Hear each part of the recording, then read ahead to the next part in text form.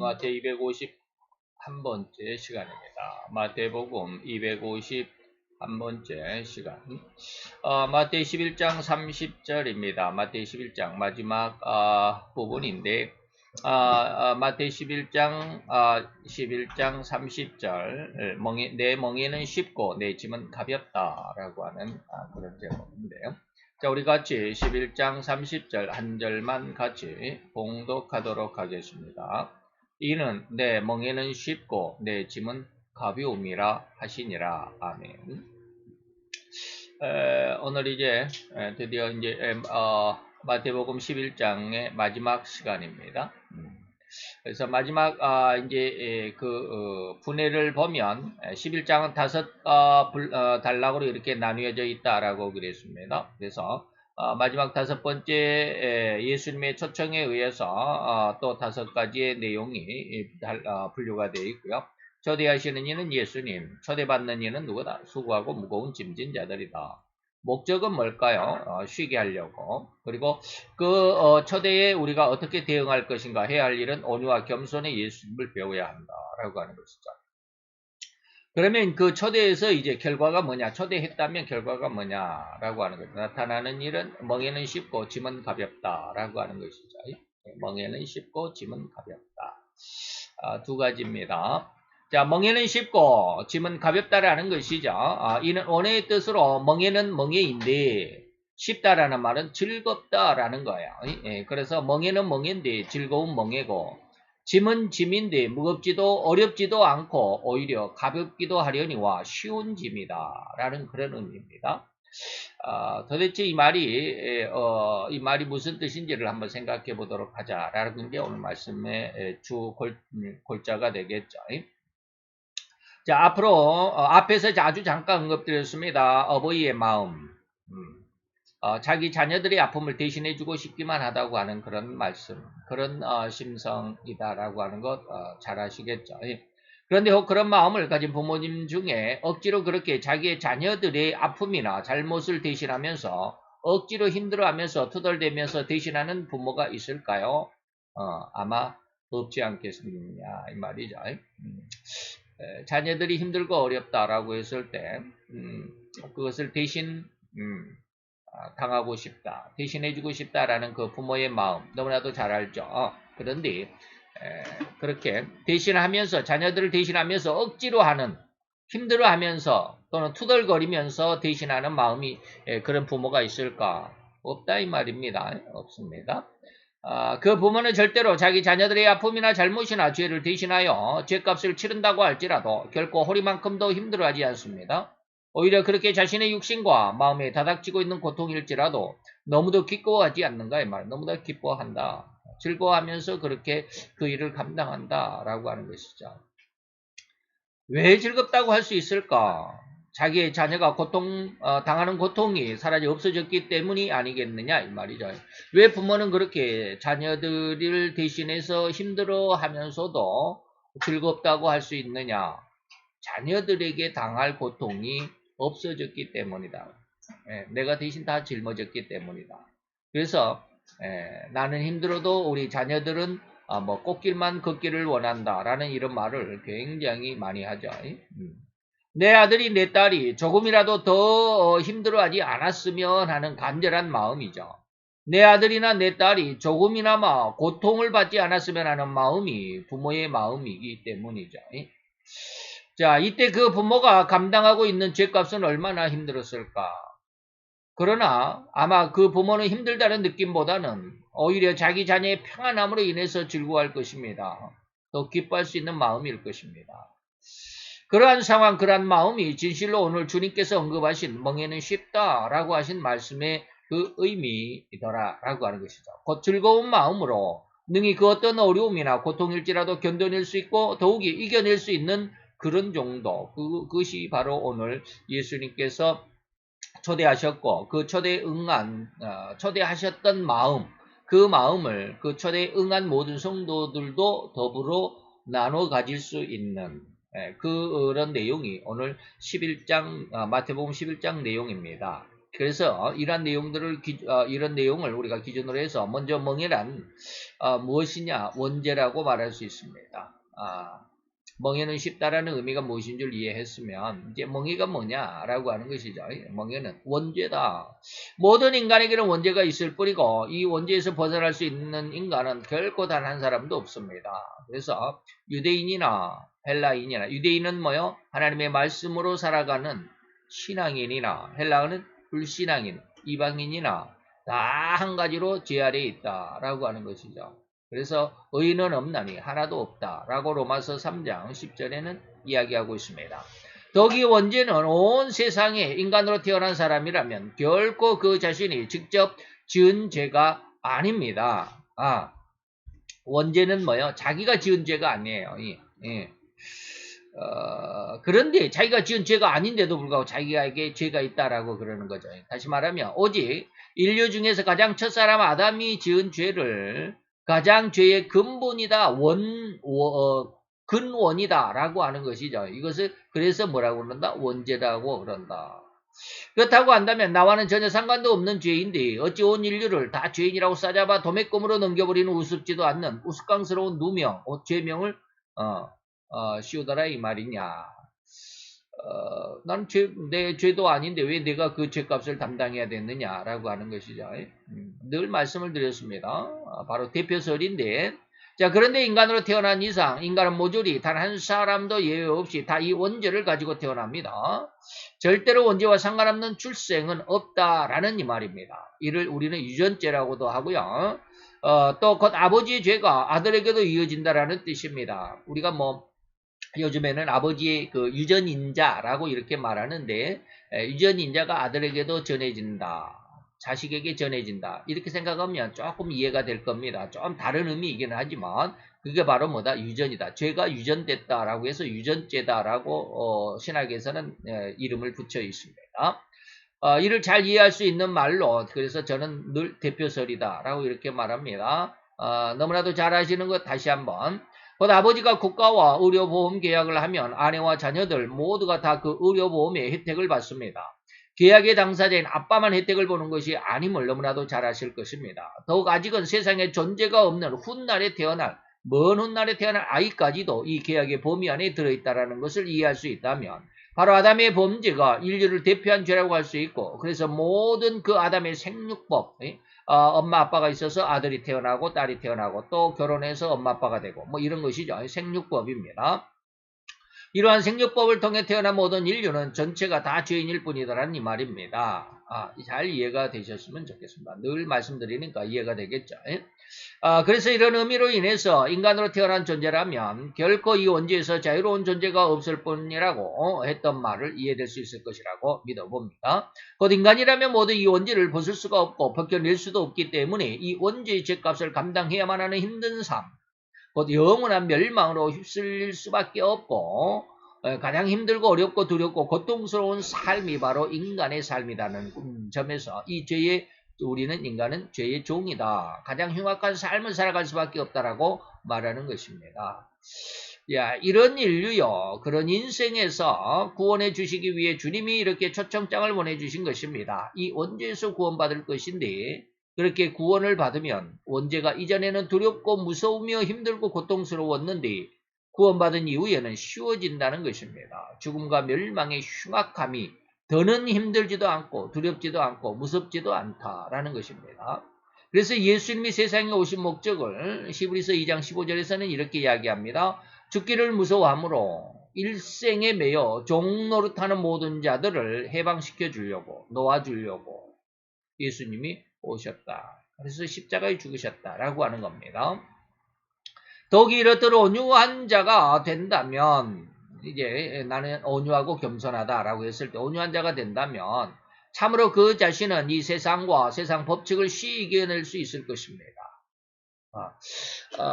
우리가 아직은 이 온유함을 얻지 못했다라고 할 수밖에 없습니다. 왜? 우리는 일생에 매여 종노릇하는 자들일 뿐이다 라는 것이죠. 우리는 일생에 매였다. 일생에 매였다라는 것은 뭐요? 삶에 매여 있다 이 말입니다. 먹고 살기 위해서 너무나도 힘든 삶을 살았다. 이른 새벽부터 밤늦게까지. 어, 저희 딸내미가 갑자기 그런 이야기를 해요. 아빠 우리 저기 시골로 갑시다. 시골로 가면 아빠가 직장이 없어서 안 돼. 그랬더니 그러면 아빠 기도해봐요. 하나님 나가 하나님 말씀을 잘 못 들었는데 이제는 잘 들을 수 있도록 열심히 노력하겠습니다 하고 기도해보면 되지 않을까요? 라고 하더라고요. 그래요. 그래서 저도 그 많은 것들을 다 시도를 해봤습니다. 그런데 그것이 끝까지 이겨내지 못한 것 같아요. 예전에 제가 인천에서 개척교회를 하고 있을 때 하나님의 큰 은혜를 받은 적이 있습니다. 그래서 기도하면 다 될 것 같은 그런 느낌을 받았어요. 그래서 모든 것을 다 때려쳤어요. 그때 제가 이제 그 뭐 이스타나 12인승 그 승합차를 가지고 있었기 때문에 그걸로 이제 유치원 또 뭐 음악 학원 이런데 집 차량을 그 운행해 주면서 교회에서 그 뭡니까 이 현상 유지할 수 있는 정도의 수입이 안 되니까 그렇게 제가 또 따로 그런 일을 했었습니다. 근데 운전하던 중에 하나님의 은혜를 받았어요. 야, 기도하면 다 이루어지는데 왜 내가 이런 고생을 하나 하고 해서 그 모든 걸 다 때려치고 기도하기 시작했습니다. 그러면 그 기도가 정말로 내 삶을 바꿀 수 있고 내 신앙을 바꿀 수 있을 정도의 기도가 되었으면 좋겠는데 안 되더라는 거예요. 그렇게 못해요. 인간은 그렇게 못하더라고요. 아무리 하려고 해도 안 되더라고요. 근데 그 은혜를 받는 순간 내가 이제 안 되더라는 것은 이제 이후고 그 중간에 제가 이제 모든 것을 다 내려놨다, 다 때려쳤다라고 방금 말씀드렸는데 그리고 나서 제가 교회도 그만두고 모든 일도 다 그만두고 이제 예전에 PEC에 전도사로 있었던 교회에 다시 부목사로 들어갔습니다. 부목사로 들어갔을 때 굉장히 힘이 있었어요. 그 은혜를 받았기 때문에 운전하다가 갑자기 그 은혜를 받았기 때문에 굉장히 힘이 있었어요. 그냥 나도 모르게 능력이 그렇게 나타났어요. 근데 그게 6개월이 안 가요. 그래서 그때는 지금도 참 희한한 일이 뭐냐면 3시간을 잤어도 하루에 3시간을 잤어도 피곤하지 않았어요.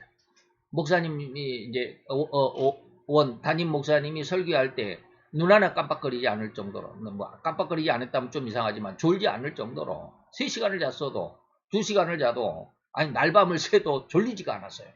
희한한 그런 어떤 경험이 지금 있는데 그래서 굉장히 힘이 넘쳐나는 그래서 뭐 시장에 가가지고 그 PC에 거기 가보면 통복시장이라고 하는 데가 있는데 거기에 성도 몇 명이 거기서 이제 장사를 하고 계셨는데 거기에 가서도 그 큰 소리로 그냥 막 같이 기도하고 막 그래도 부끄럽지도 않고 더욱 능력 있고 담대하고 막 그랬어요. 근데 한 6개월쯤 지나고 나니까 팍 떨어지는 그런 느낌을 받았어요. 어떤 집사님의 여동생이 조금 정신적으로 이상하다 해가지고 그 집에 가서 거의 매일은 아니었던 것 같은데 몇 주간 그렇게 다녔던 것 같아요. 가서 기도하고 기도해주고 예배드리고 기도해주고 막 몇 주간 그렇게 한 것 같은데 매일은 안 그랬어요. 거기에는 좀 멀어가지고 교회에서 좀 멀어가지고 근데 어느 날 그렇게 기도하던 어느 날 기도 그렇게 막 이 고래고래 고함 치면서 그냥 이 아파트가 떠나가도록 그냥 그렇게 고함 치면서 그 고래고래 소리를 높여서 기도하는 도중에 기도하다가 갑자기 내 속에서 힘이 딱 끊어지는 거예요. 그걸 느꼈어요. 그리고는 그 다음부터는 내 신앙생활에 매가리가 없어요. 맥이 없어요. 우리가 매가리가 없다고 그러잖아요. 전라도 말로 매가리가 없다고 그러는데 힘이 팍 떨어지는 거예요. 다시 말하면 글쎄요. 저는 지금 그런 은혜를 지금 굉장히 그 기억에 두고 다시 한번 그런 은혜가 왔으면 하는 그런 사모함이 없지 않아 있습니다. 그런데 그걸 끝까지 이루어낼 사람이 없는 것 같아요. 제가 이 말을 왜 하느냐 하면 인간이 일생에 매여 종노릇하는 자들일 뿐입니다. 그래서 기도를 한다면 끝까지 해야 되는데 그게 안 돼요. 그거 하면 되지 왜 그까짓 안 돼요? 라고 말하지만 안 되더라고. 왜 내가 약해서 그럴지 모르지만 아니면 내 신앙이 아직까지 그렇게 기도할 수 있는 신앙의 끝까지 기도할 수 있는 신앙에까지 아직 성장하지 못해서 그랬는지 모르지만 안 되더라고. 그래서 저 자신에 대한 변명을 하자면 다른 사람들 이렇게 해본 사람들 제가 본 적이 없어요. 아직까지. 일생에서 떠난 사람들이 없더라는 거예요. 많은 사람을 봤어요. 나는 돈에 대해서 이제는 전혀 청결하다. 하나님의 은혜 가운데서 돈에 대해서 이제는 욕심이 없다라고 하는 사람도 수없이 봤어요. 수없이 봤단 말은 이제 많이 봤다는 게 아니라 서너 명 봤어요. 신학교 다닐 때부터. 근데 신학교 다닐 때 제가 신앙이 없었는데도 불구하고 그걸 다 기억을 해요. 그래서 자기 집을 팔고 뭘 팔고 해가지고 해외로 이민까지 신청을 하고 돈에 대해서 그렇게 욕심이 없고 이제 하나님의 은혜로 내가 이제 돈에 대해서는 완전 자유롭다라고 했던 사람도 신학기를 졸업하기 전 같이 졸업을 했나 모르겠네요. 해외로 이민 간다고 했다가 또 돈 때문에 또 난리법석을 그래. 그런 사람 몇 번 봤어요. 서너 번 봤어요. 뭐에 대해서 은혜가 있고 뭐에 대해서 은혜가 있고 있는 사람들. 그 뭐요? 이것은 사람들이 일생에 매여 있는 사람들이기 때문에 그래요. 저도 그래요. 방금 말씀드렸잖아요. 우리 딸내미가 그러니까 이제 좀 편안한 대로 저 시골로 강원도 시골 쪽으로 가자. 그래서 아빠가 그런 데 가면 아빠가 수입이 없어서 안 돼 라고 그렇게 말을 했어요. 그건 왜 그럴까요? 지금도 저도 그래요. 시골에 먼저 가기 전에 저는 많은 것을 준비하고자 합니다. 근데 여러분들에게 다 말씀드릴 수는 없지만 많은 것을 지금 준비하고 있어요. 근데 그 모든 것들 속에 가장 기본이 뭐냐면 일생에 아직은 매여 있다라는 거예요. 일생에 매여 있는 것은 뭐예요? 의식주의에 매여 있다라는 거예요. 수입에 매여 있어요. 예전에 제가 처음 교회를 시작할 때는 이런 거 걱정 없었어요. 그냥 무조건 교회 시작했어요. 한 달에 수입이 얼마가 되고 무엇이 얼마가 되고 이런 거 생각할 게 그런 생각이 없었어요. 무조건 교회만 개척했어요. 1년을 월세를 못 주고 1년 후에 그냥 대출 받아가지고 1년치 월세 갚고 그것도 갚느라고 또 그냥 힘들어하고 그런 삶을 살았어요. 근데 요즘엔 그렇게 못하겠어요. 왜요? 일생에 매인다라는 말이 무슨 말인 줄 알아요. 넘어갑시다. 그런데 이런 일생에 매인 이러한 심성, 그러한 생각, 그러한 삶이 온유한 자가 되면 이 모든 것, 다시 말하면 이것이 바로 세상과 세상의 법칙인데 무엇이 일생에 매여 있다. 일생의 삶. 다시 말하면 세상과 세상의 법칙의 삶인데 이것을 이겨낼 수 있는 유일한 은혜가 뭐냐면 온유한 심성입니다. 온유한 자는 이미 자기 심령이 그늘로 드리워져 있던 모든 죄악, 이게 바로 일생, 다시 말하면 세상과 세상의 법칙이에요. 이 모든 죄악을 주님의 십자가와 그 능력의 힘으로 청결함을 입어 깨끗이 씻어냈음이고 애통의 은혜로는 또한 오직 주의 죄의 성질까지 벗어낼 수조차 없었던 흉악한 인생이 그런 죄성으로까지라도 완벽하게 청결함을 얻게 된 것이 뭐다? 애통의 은혜입니다. 그래서 어찌 더 이 세상과 세상 법칙으로 또한 그런 죄악에 힘들어할 수 있겠는가 이 말입니다. 다시는 이 죄의 영향력 아래 있지 않습니다. 이게 뭐요? 온유한 겁니다. 세상을 이길 수 있는 거예요. 세상 법칙을 이겨갈 수 있는 거예요. 일생에 매이지 않는 자, 다시 말하면 일생에 매여 종노다는 자들이 놓아주시는 하나님의 은혜가 온유라고 말할 수 있는데 이 은혜 안에 들어가 있는 자다라고 말할 수 있습니다. 곧 이제는 이 세상의 흉악함이나 죄악이 엄청난 두려움의 공격일지라도 절대로 온유함으로 평안함으로 시쳇말로 유유자적함으로 대적할 수 있을 뿐 아니라 대적할 수 있는 그런 믿음이 되었으며 그런 심성이 되었다라고 말하는 그 믿음이 되고 그런 마음, 그런 삶이 되었다라는 거예요. 그래서 이것을 레위기서 11장 9절 10절 레위기서 11장은 하나님께서 우리에게 하늘의 새 그 다음에 육지의 동물들, 그리고 바다의 물고기, 세 가지의 정결함과 부정함을 이렇게 쭉 이야기해 주신 것 중에 물속의 물고기의 그 정결한 물고기는 뭐냐면 지느러미와 비늘이 있는 것으로 이야기를 예로 드리겠습니다. 뭐 동물들은 뭐요? 육지의 동물들은 굽이 갈라졌고 되새김질이죠. 하늘에서는 7가지가 있는데 그 중에서 뭐 황새, 두루미, 학 뭐 이런 종류 막 있다고 그랬잖아요. 그 중에 7가지가 이제 부류가 7가지입니다. 그런 것들 중에서 오직 유일하게 하나님 앞에 비둘기, 참새 이런 것은 하나님 앞에 제물로 드릴 수 있는데 그러한 것은 우리 신앙의 모든 것에 비유다라고 했습니다. 그래서 물고기를 먼저 물고기만 말씀을 드리겠습니다. 물고기 중에서 지느러미와 비늘의 의미로 이 온유함을 비유해 보도록 합니다. 살아 생명이 있다는 의미다. 지느러미가 있고 비늘이 있다는 것은 살아 생명이 있다는 것이에요. 온유함이라는 것은 바로 살아 생명이 있다. 살아있지만 생명이 없는 거 있습니다. 이해가 될는지 모르겠어요. 살아있는데 생명이 없다? 이면 무슨 말이야? 그건 영이 없다라는 뜻입니다. 영이 없다는 뜻인데 나중에 말씀드리겠습니다. 자, 우선 우리는 살아있어서 생명이 있다.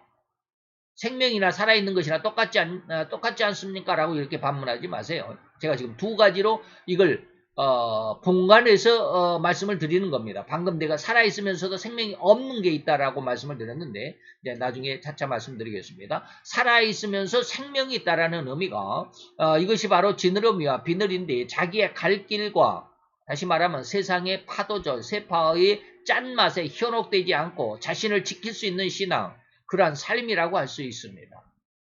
이거 지느러미와 지느러미와 비늘의 그 신앙의 모습이 이렇습니다. 세상이 그 어떠한 모습으로 이것이 뭐 복음이다 저것이 복음이다. 천하의 사도 바울도 그랬습니다. 내가 전한 복음 외에 다른 복음을 전하면 하나님의 천벌이 임할 거야. 천사라도 천벌이 임할 거야 라고 이렇게 말하지 않아요. 다른 것에 전혀 흔들리지 않습니다.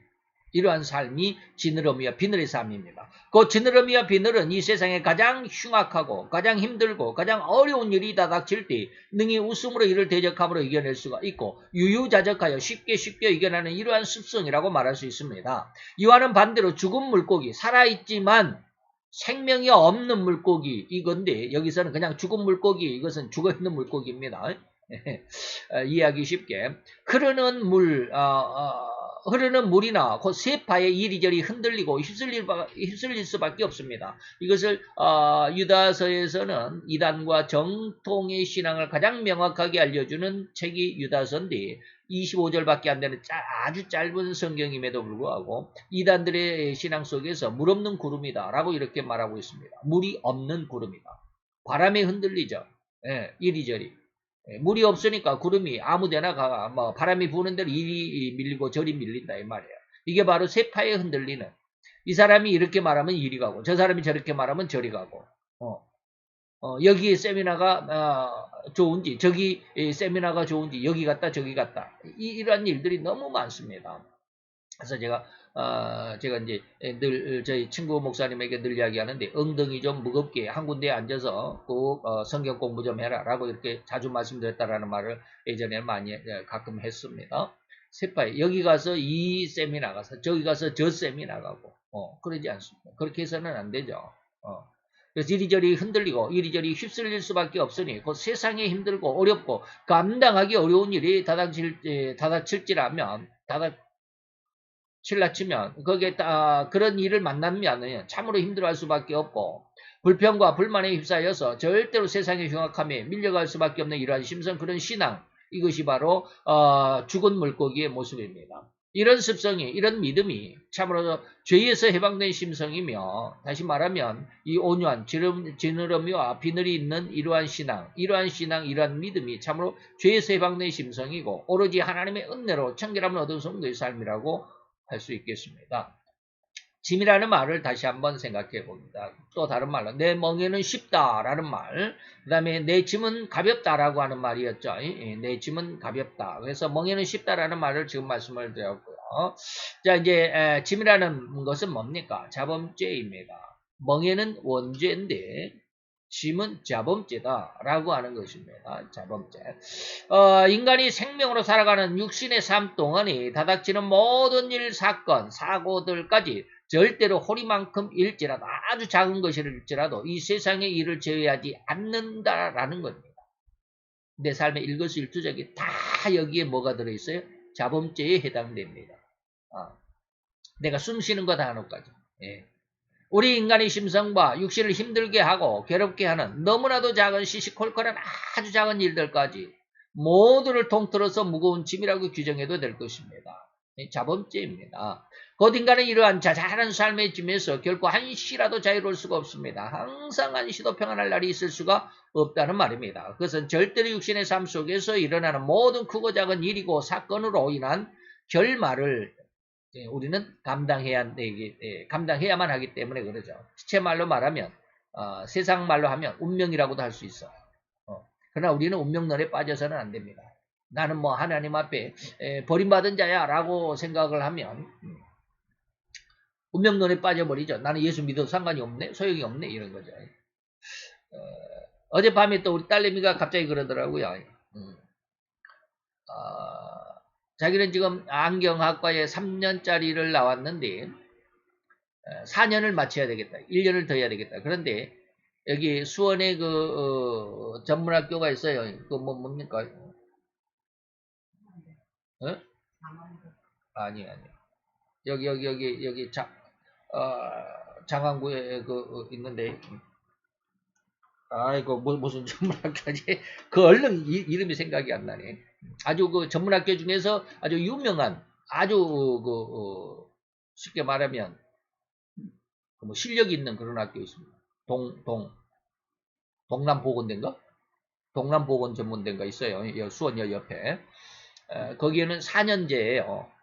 4년제이기 때문에 이제 딸내미가 3학년 1학기를 했어요. 4학년 1학기를 했는데 돈이 조금 부족하다, 안 될 것 같다라고 해가지고 1학기만 하고 이제 한 학기를 못하고 졸업을 못했어요. 그리고 이제 이번에 다음 8월 며칠 다음 주부터인가 개강이라고 그래요. 마지막 한 학기를 해야 되겠다. 처음에는 그 300만 원이 아깝다 해가지고 안 갔는데 돈이 없어서 안 갔는데 이번에 해야 되겠다 그래. 왜 하려고 그러냐 그랬더니 4년을 졸업하고 학위를 받아서 대학 교수는 안 되겠죠. 박사학위까지 뭐 받아야 되니까 대학원까지 나와야 되고 뭐 그래야 되니까. 그래서 강사를 하고 싶다라고 그러더라고요. 그러면서 하는 말이 뭐냐면 만약에 하나님께서 내가 이렇게 대학을 4년 제학 졸업장을 따는 것이 하나님의 뜻이 아니라면 어떡하지? 라는 이런 질문을 해요. 예. 아빠, 이게 하나님의 뜻이 아니라면 어떡하지? 라고 그래서 제가 뭐라고 했겠습니까? 다 쓸 때가 있어. 그랬어요. 그러니까 그 이야기를 하니까 이 돈이 쓸 때가 있는 줄 아빠 그 돈 쓸 때가 어디가 있어? 이미 저기 등록금 냈는데 돈이 아니라 네가 그걸 배워놓으면 언젠가는 분명히 하나님이 쓰실 거야. 그러니까 소용없는 게 없어. 하나님 안에서는 하나님의 뜻 안에서는 모든 것이 다 합력하여 선을 이룬다. 여러분들 이해할 수 있어야만 합니다. 예. 만약에 지금 내가 하는 일이 하나님의 뜻이 아니라면 어려울 수 있습니다. 힘들 수 있습니다. 굉장히 고통스러울 수도 있고 가는 길이 너무 험악할 수 있습니다. 그런데 그것이 나중에 결과를 보면 합력하여 선을 이루시는 하나님, 그 내가 잘못된 길, 하나님을 거역하고 반대하면서 하나님의 뜻이 아닌 것을 행했음에도 불구하고 하나님은 그것을 나에게 선으로 갚아주시는 기회가 있습니다. 분명히 있습니다. 그럼 큰 틀에서 보면, 더 큰 틀에서 보면 하나님의 뜻 안에 다 들어있습니다. 우리 인간의 내 인생의 한 삶이 하나님의 뜻 안에 다 들어있습니다. 내가 하나님을 거역하고 반대하고 내가 하나님을 안 믿고 하나님을 막 욕했다 할지라도 그 모든 것이 하나님의 큰 뜻 안에서 내가 하나님의 선을 이루는 은혜가 있게 되었습니다. 이게 뭐냐면 사도 바울이 그랬습니다. 하나님을 예수님을 굉장히 반대했잖아요. 예수 믿는 사람을 잡아 죽이기까지 했잖아요. 스데반에 죽는데 아주 가편투표를 하고 증인이 되었잖아요. 그런데 그러한 일에 하나님을 거역하고 반대하는 일을 했음에도 불구하고 하나님은 그를 큰 틀에서는 뭐요? 너는 내 종이야. 내 예수의 사도가 될 자야 라고 해서 충성되이 여겨서 사도의 직분을 맡기셨다라고 그러잖아요. 우리가 이것을 알아야 돼요. 그래서 인간은 뭡니까? 신자들은 운명론에 빠져서는 안 됩니다. 신자는 절대 운명이 아닙니다. 하나님의 뜻입니다. 내가 하나님과 전혀 잘못된 길을 간다 할지라도 하나님의 뜻에 거의 반하는 일을 한다 할지라도 그것이 나중에 하나님이 그렇게 선으로 바꿔주시는 결론이 있을 거라는 믿음이 있어야 됩니다. 그게 바로 사도 바울이었습니다. 자, 운명론에 빠져들면 결코 자기에게 주어진 운명이라고 받아들여야만 하며 거기서 한 발짝도 빠져나올 수가 없게 되는 것입니다. 이건 내 운명이니까 하나님이 나를 지옥의 형벌로 작정했다면 내가 예수 믿어도 소용없잖아 라고 말하잖아요. 하나님은 그렇게 작정하지 않으십니다. 늘 이야기합니다. 예전에 말씀드렸습니다. 하나님은 인간에 대한 예정, 인간에 대한 작정이 아니라 뭐에 대한? 사건에 대한 예정이고 사건에 대한 작정입니다. 그러니까 나에게 대해서 하나님이 나를 지옥으로 아니면 지옥으로 아니면 천국으로 하나님께서 미리 예정, 작정했다라고가 아니라 내가 예수를 믿는 그 순간 하나님께서 나를 천국으로 이 말이에요. 내가 하나님을 거역하고 반대하면 지옥으로 그 순간. 네. 그러면 예수를 잘 믿다가 하나님을 안 믿으면 어떻게 돼요? 참 이 말이 복잡해지는데 하나님의 긍휼을 얻는 순간이 있을 것이고 긍휼을 걷어차는 사람들이 있습니다. 무슨 말인지 이해할 수 있어야 됩니다. 하나님을 거절하는 사람들이 있습니다. 심성이 그런 사람들이 있습니다. 다시 말하면 사단의 깊은 죄악 가운데 있는 사람. 그래서 지금 우리는 지금 마태복음인데 교리 지금 거의 이제 마지막 제가 원고를 거의 마지막에 지금 맞춰가고 있는데 그래도 한 40-50시간 정도는 아마 앞으로 남아있는 것 같아요. 마지막, 이제 심판론, 그 다음에 천국론이 있는데, 심판론에 거의 지금 마지막에 있는데, 지금 무슨 말 하려다가 또 이야기하다가 잊어버렸네.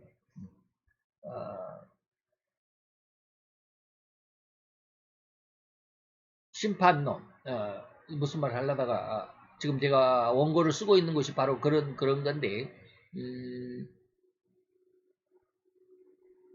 넘어갑시다.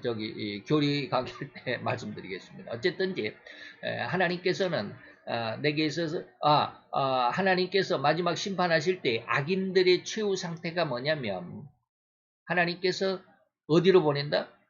이를 갈며 슬피 울며 이를 갈미 있을 거야 라고 이렇게 말씀하십니다. 슬피 울며 이를 갈미 있을 것이다. 그 말의 뜻을 잘 곰곰이 생각해 보세요. 무슨 뜻인지.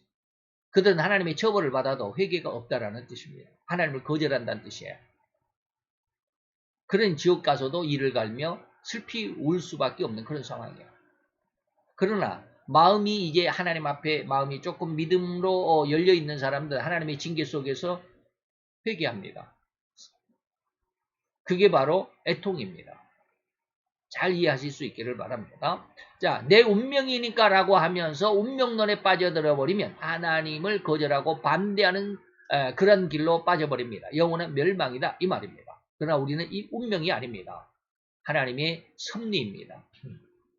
이 말을 하면 너무나도 어려운데 자, 그러나 하나님의 은혜 안에서는 결코 운명이라는 것은 없습니다. 우리의 현실이 힘들고 어려울지라도 하나님의 은혜 안에서는 충분히 이를 극복할 수 있다는 것입니다. 사람은 운명이라고 하면서 결코 해결할 수 없다라고 하면서 절망론으로 결론 지어버리고 말지만 하나님의 은혜는 이러한 절망 속에서도 구원의 큰 빛을 찾을 수 있다. 광명한 날을 맞을 수 있는 귀한 방법이고 길이 있다라는 것입니다. 이것입니다.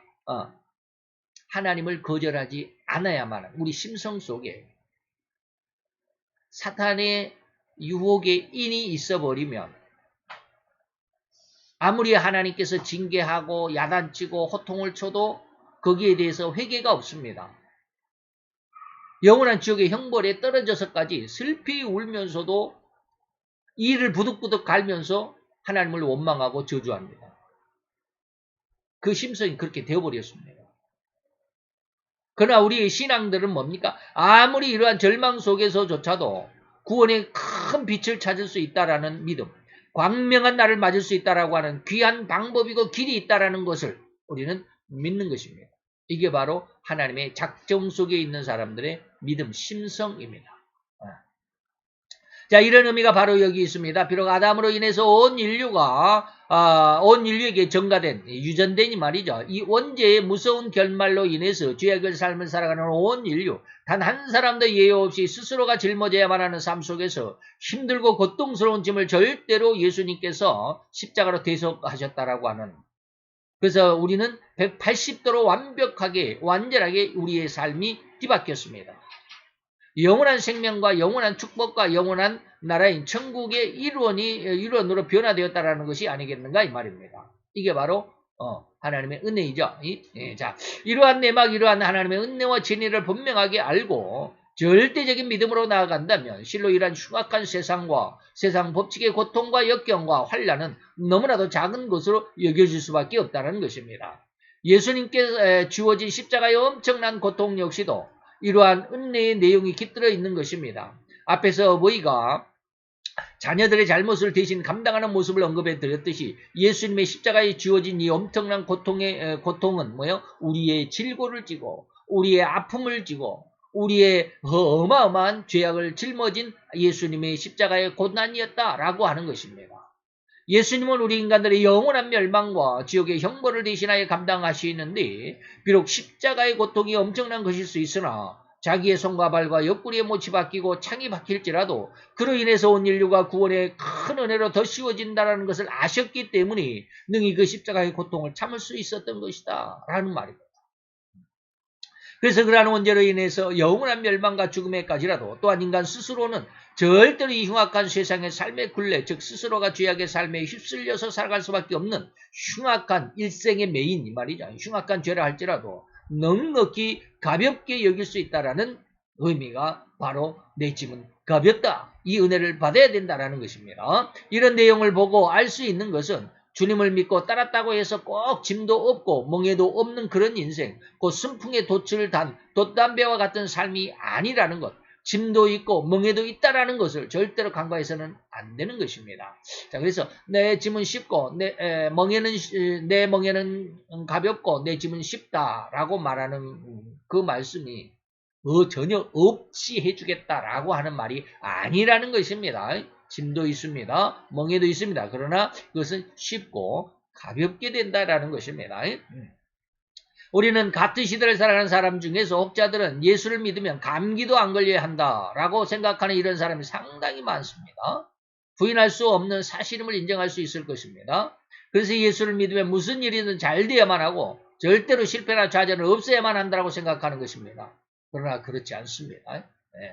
예수를 믿는 성도 중에서도 많은 질병에 저도 역시 마찬가지지만 저도 암을 수술했고 우리나라 남자들의 사망률 1위가 암입니다. 2위가 혈관 질환입니다. 심근경색, 뇌경색, 이 혈관이 막히는 거죠. 이게 2위입니다. 근데 저는 그 1, 2위를 지금 다 지났습니다. 정말 하나님을 잘 믿었으면 너에게 그런 고통이 없었을 거야. 너에게 그런 암병은 없었을 거야. 라고 이렇게 말하지 마세요. 있어도 쉽게 넘어갑니다. 제가 지금 암이 초기도 아니고 3.5기 3.5기면 굉장히 위험한 순간인데 3.5기에서 제가 수술을 받았는데 전혀 암에 대한 근심이나 걱정이나 불안한 코리만큼도 없다라고 이렇게 말씀드린 것은 바로 이런 겁니다. 내게 그런 질병이 있지만 멍에는 있지만 짐은 있지만 그 짐이 가볍다, 쉽다 이 말입니다. 어쩌면 예수를 믿었기 때문에 더더욱 세상살이가 힘들어진다고 해도 과언이 아닐 것이며 이러한 내용을 주님께서도 직접 언급해 주시기도 했습니다. 자, 무슨 말이냐면 예수를 믿었기 때문에 오히려 내 멍에는 쉽고 내 짐은 가볍다라고 했는데 오히려 세상살이가 더 힘들어진다. 이 말이 무슨 말일까요? 외형적으로 이 말이에요. 세상 사람들, 믿음 밖에서 볼 때는 예수를 믿었기 때문에 더 힘들어집니다. 이것이 뭐예요? 요한복음 15장 19절입니다. 너희는 세상에 속한 자가 아니고 도리어 세상에서 나의 택함을 입은 자인 거로 세상이 너희를 미워한다. 너희를 힘들게 한다. 세상이 너희를 힘들게 해. 그렇지만 그 힘들게 하는 7배나 다 뜨거운 풀무 불일지라도 전혀 우리에게는 힘들어지지 않을 수 있다. 그게 힘든 게 아니고 고통이 아니고 괴로움이 아니다 이 말입니다. 이는 믿음이 증거가 되게 하시고자 하신 하나님의 의도고 진의이며 그런 계획입니다. 그 등경 위의 등불로도 세상의 등불로도 제자들을 말씀했고 세상에 보내실 때 마치 양을 이리 가운데 보냄이라 하셨던 것이 아니겠는가 이 말입니다. 그래서 너희는 세상의 빛이다. 그래서 산에 있는 동네가 숨기지 못할 것이고 등경 위에 너희는 세상의 빛이기 때문에 등경 위에 내가 너희를 둘 거야. 그러므로 집안의 모든 사람에게 이 빛이 비추는 거야. 온 세상 사람들이 너희의 신앙의 그 내용, 은혜를 알게 될 거야.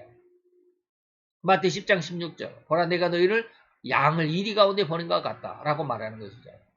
그러나 그것은 도저히 인간의 힘으로나 인간의 생각으로는 알 수도 깨달을 수도 없는 그런 인간의 생각을 넘어선 쉽고 가벼운 것이니 이것을 이러한 고된 고난길이라도 참여하면서 갈 수 있다는 겁니다.